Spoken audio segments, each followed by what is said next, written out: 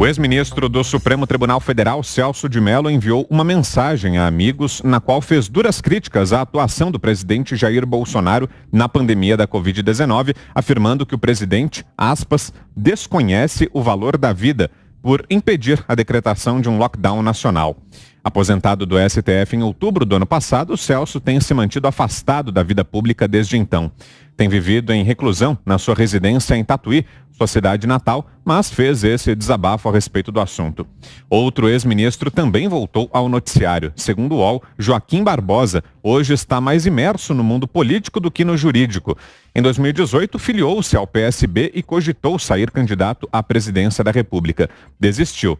Agora, articula nos bastidores seu apoio para a disputa de 2022 com uma prioridade em mente: tirar o presidente Jair Bolsonaro do poder. A tônica das conversas de Barbosa tem sido a crítica ferrenha ao governo atual. Nas eleições, a intenção do ex-ministro é dar o peso do seu nome à esquerda para derrubar Bolsonaro nas urnas. Para atingir esse propósito, não descarta apoiar até Lula.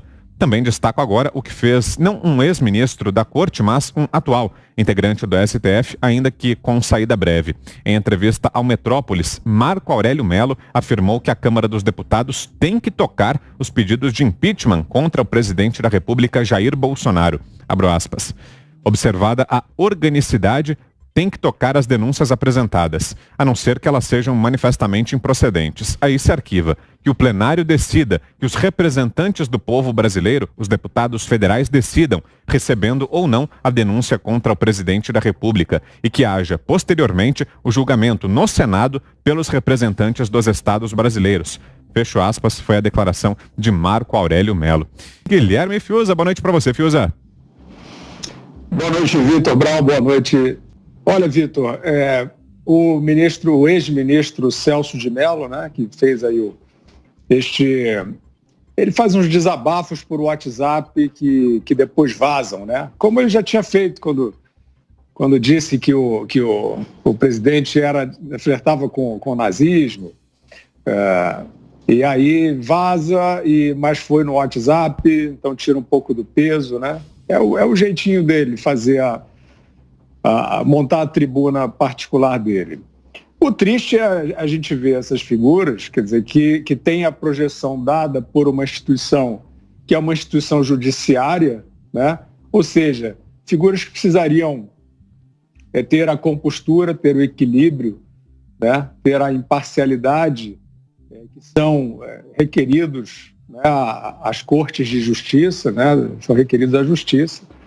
Eles entenderam diferente, né? Eles são figuras de uma vaidade incomensurável, que buscam aflitamente manchetes. E só que a forma como o Celso de Mello está buscando essa manchete, e eu vou focar nele, porque, de fato, a gente está vendo aí um coral, né? Ou um jogral, né?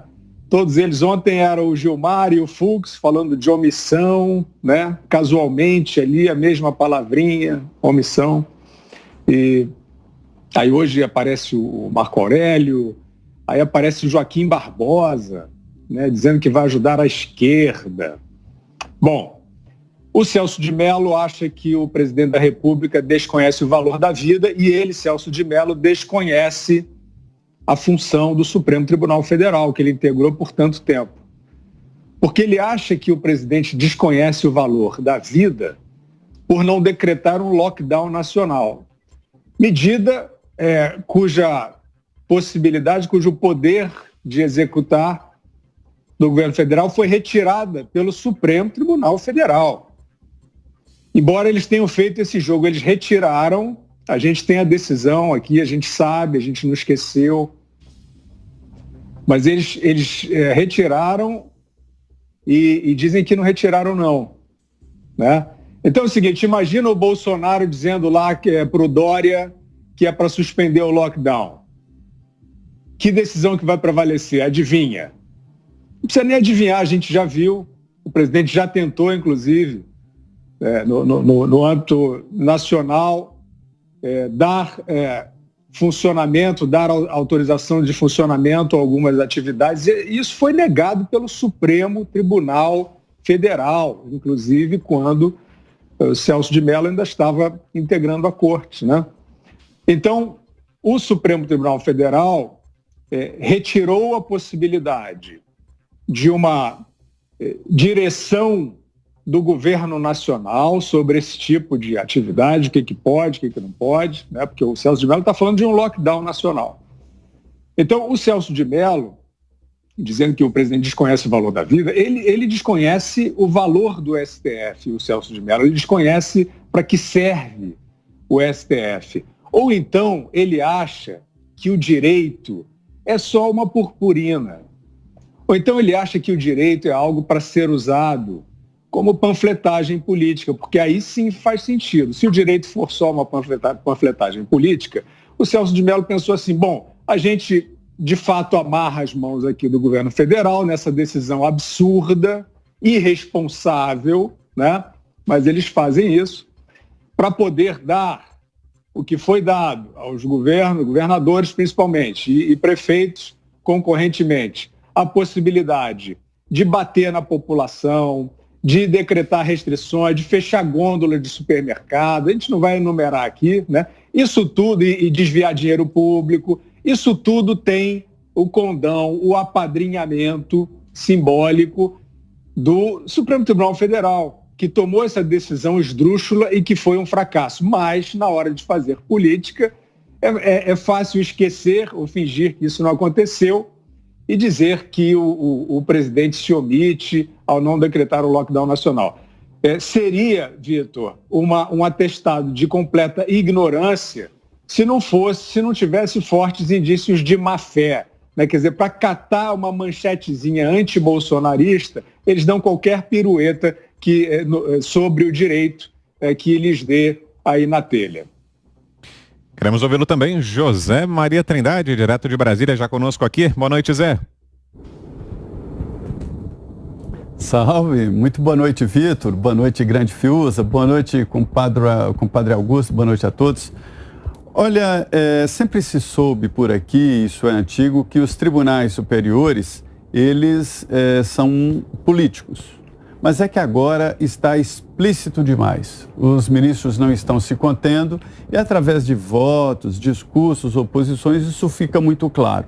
E o presidente Jair Bolsonaro ganhou mesmo a antipatia do Supremo Tribunal Federal por suas posições firmes, né? E o seu jeito de ser, de não levar desaforo para casa. Então esta é a realidade. Agora, sobre Celso de Mello, o pavão de Tatuí, segundo o grande Augusto Nunes, né? Ele agora não é mais ministro do Supremo Tribunal Federal. Por aqui há um certo elan, a história de uma vez ministro, sempre ministro, mas na prática não é bem assim. É um canhão sem bala, ou seja, não funciona. O que acontece? Os ex-ministros do Supremo Tribunal Federal abrem escritórios aqui em Brasília, escritórios grandes, e se aproveitam dessa condição de ex para interferência. E é evidente que os colegas do Supremo Tribunal Federal recebem um ex-presidente do Supremo, um ex-colega do Supremo, a qualquer momento, como não receberia outro advogado qualquer. Então, é importante que se contrate alguém assim, um ex-ministro do Supremo Tribunal Federal. Então, eles ganham muito dinheiro com esse nome, até com também esta experiência de Supremo Tribunal Federal. Mas alguns decidem fazer poesia ou viajar, porque o salário é muito bom e eles, durante o tempo que tiveram no Supremo, conseguiram ficar com muito dinheiro. Então, Celso de Mello agora terá tempo de agir politicamente e pronto, não passa disso, né? Agora, sobre essa posição do ministro Marco Aurélio, que também está saindo agora, vai se aposentar em julho, né? Ele fala uma verdade. Eu acho o seguinte, que o presidente da Câmara tem que receber um pedido de impeachment e despachar. Se for um inepto, um pedido inepto, sem documento, ou que ele considere que não deve, ele despacha, arquiva e pronto, porque quem manda é o plenário. Sabe o que acontece, Fiuza? É que hoje os presidentes da Câmara, eles ficam ali colecionando pedidos de impeachment. E ali, quando o presidente faz um entendimento com os líderes e aí ele decide colocar em plenário, aí já é uma articulação contra o presidente, e eu acho que o presidente da Câmara não tem esse poder de segurar um requerimento de pedido de impeachment. Mas não pode jogar no momento propício no plenário. Tem que ir despachando e que assumam as consequências políticas os que apresentaram o pedido. Por exemplo, se houver agora uma votação de pedido de impeachment, se o plenário ousar a fazer isso, não tem votos e o presidente fica muito mais forte depois de um processo negado na Câmara dos Deputados. Assim como eu acho que o presidente do Senado não tem autonomia, não tem autoridade para não colocar em votação no plenário o pedido de impeachment de um ministro do Supremo. Que poder é esse que tem o presidente do Senado em segurar um requerimento que a Constituição regulamenta e pede para o Senado analisar? Que ele coloque em plenário e a maioria decida. Então é isso, os ministros do Supremo têm sim lado, têm sim postura política, só que antes era um pouco escondido ali, agora não, a coisa está explícita demais, perigosamente explícita. Agora a opinião de Augusto Nunes. Boa noite, Augusto. Boa noite, grande Vitor. Boa noite, meu compadre Zé. Boa noite, meu irmão Guilherme. Boa noite a você que nos acompanha. Vamos lá, o Pavão de Tatuí está vivendo a angústia do ex, né? Como se sabe aqui no Brasil, sobretudo, na porta do ex nasce capim, ninguém vai visitar. E ele tem que mandar uma carta aos amigos, né, o Pavão de Tatuí, para ser lembrado, porque qualquer um que fale mal aí do Bolsonaro consegue espaço em jornal. Ele não é nada. Ele não é nada. Eu queria ver o Celso de Mello andando pelas ruas de Tatuí. Ele fica em casa, né? Eu quero ver ele aparecer ali num bar. Por isso que ele quer que fique fechado também. Se ele aparecer em público, ele será tratado como merecem ser tratados os ministros do Supremo. Nenhum deles merece confiança. Hoje, nenhum deles. Eu não confio em nenhum, porque dependendo da votação, aí eles mostram o lado sombrio, né? Nós vamos comentar a votação de hoje, também se presta aí a esse tipo de exame. Aí vem, ele quer, por exemplo, um lockdown geral, como se o Brasil fosse um país uniforme. O Brasil é um continente. O que Tatuí tem a ver com Manaus? O que é que Porto Alegre tem a ver com Fortaleza? Ele quer um lockdown que não funciona em lugar nenhum. Ele quer repetir a experiência argentina, que está quebrando economicamente por causa dos sucessivos lockdowns. Já comentamos isso aí. Agora, os ministros e ex-ministros são doutores em tudo.